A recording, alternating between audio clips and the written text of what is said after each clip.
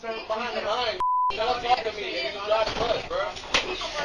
Come here. What you gonna do? What you gonna do?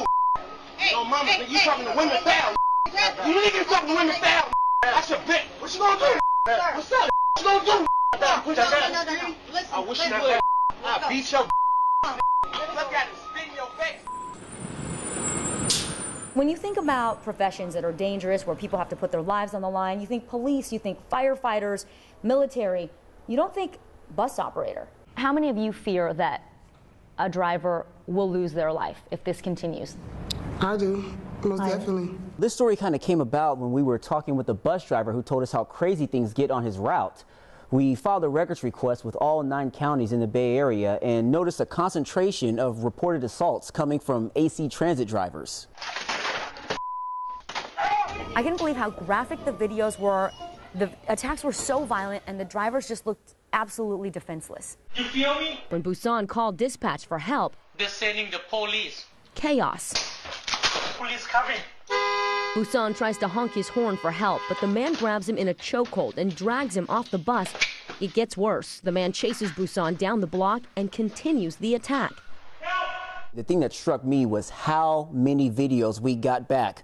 250 videos, all assaults against bus operators. We learned AC Transit drivers suffer the most attacks, with drivers beaten, choked, and even threatened with guns. It was shocking to see what these drivers have endured and to see that nobody was doing anything about it. A lot of times we looked at some videos, we can't show this the way it is now, but people need to see and feel what this is like. We began the meticulous process of looking at each and every video, writing down what happened, where it happened, and that really became our guidebook so that when the district gave us the numbers they were telling the public about assaults, we could compare that with what we had written down in the spreadsheet from the videos that we watched, and the two numbers didn't match at all. We had way more videos than they were reporting to the public. The most recent security report shows a decline in assaults, but the investigative unit reviewed bus surveillance video from every reported incident in the past 3 years.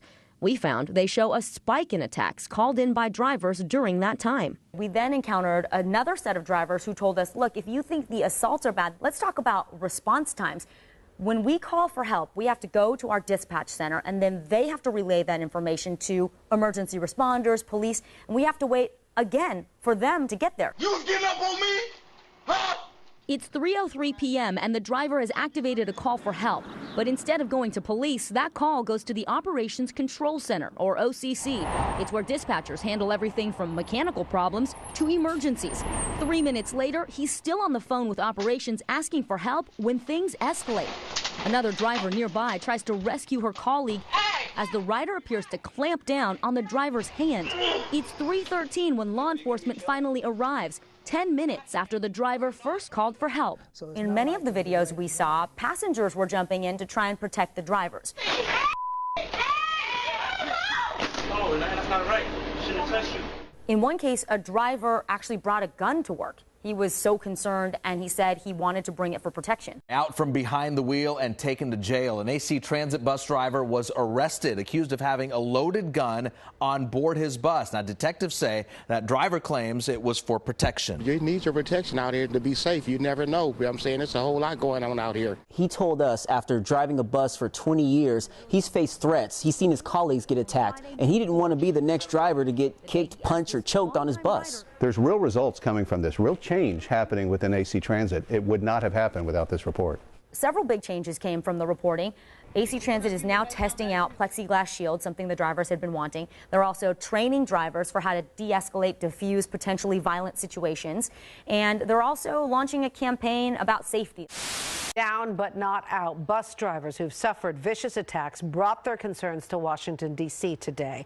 They're throwing their support behind a proposed new law aimed at protecting drivers and riders, too. Sponsors of the bill say it will help save lives. We must do everything we can to stop assaults on the bus drivers. They're our friends, they're our neighbors, they're our sisters, our brothers. Now we see drivers in Oakland going to Washington, D.C. with the changes that AC Transit has made, trying to get these implemented across the country.